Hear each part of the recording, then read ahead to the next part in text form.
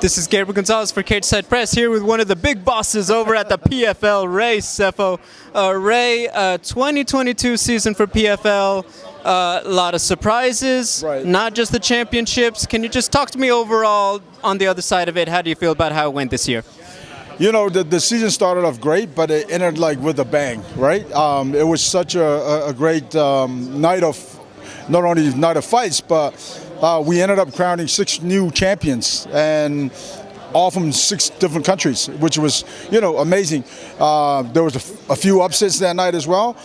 We had Biagio Ali, who actually, you know, started the night, and he set the bar right out the gate with a bang, and he came out, finished his opponent. The next fight, fight got finished. The next fight, so it was, I think they set the bar, and everybody, you know, turned up and really put on a great night of entertainment. I want to ask you because I think when fans first notice the names going to the PFL, your Rory McDonald's, Anthony Pettis, there's like, oh, well, the hope is that they really do well. Right. And then, of course, the season plays out, and you have some breakout guys. Sadabu, Right. Stevie Ray has a great year. Right. Olivier has a resurgent kind of year. Right. Obviously, Brendan as well. As the promoter, as the guy behind the scenes, is there necessarily like, hey, look, we obviously signed the guys hoping they'll perform well, but it all depends on who goes out there to win. Can you talk a little bit about, quote unquote, what does the PFL hope to see when they sign these big names? Well, you know, again, these big names, they've earned the right to, you know, be called stars of the sport, right? But what it does tell me is that we do have real talent at the PFL. We do have world-class fighters, and so as we move forward, you know, obviously for us is signing whoever becomes available and become a free agent. We're open to whoever.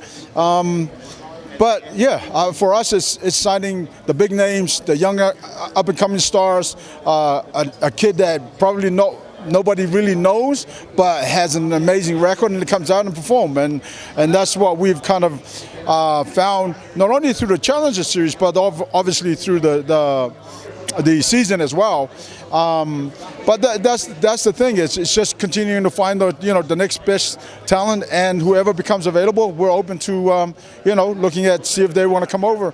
And again, the season itself it's really grueling because you're fighting, 4 fights within 7 months, and so it keeps you disciplined, it keeps you active, and it really, again, you got to be super disciplined to kind of stay on the course and get to the championship finals.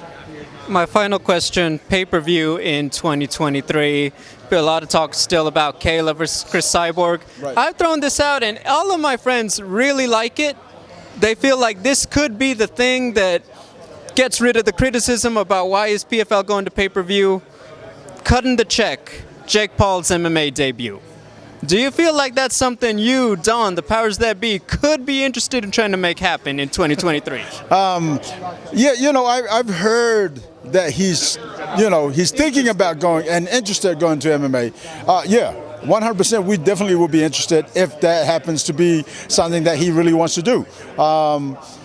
Again, until we get that phone call and say, hey, listen, I'm interested in doing this and this and this, you really don't know, right? It's just kind of like air in the wind. And so you just have to wait and see what the outcome is or what he really wants to do.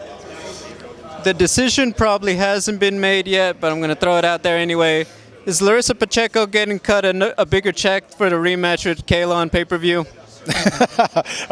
That's obviously that's something that probably has to happen, right? And so, yeah, I'm going to come out here and say, yeah, absolutely. There we go. Ray, always a good time talking to you. Have a great one. Thank you.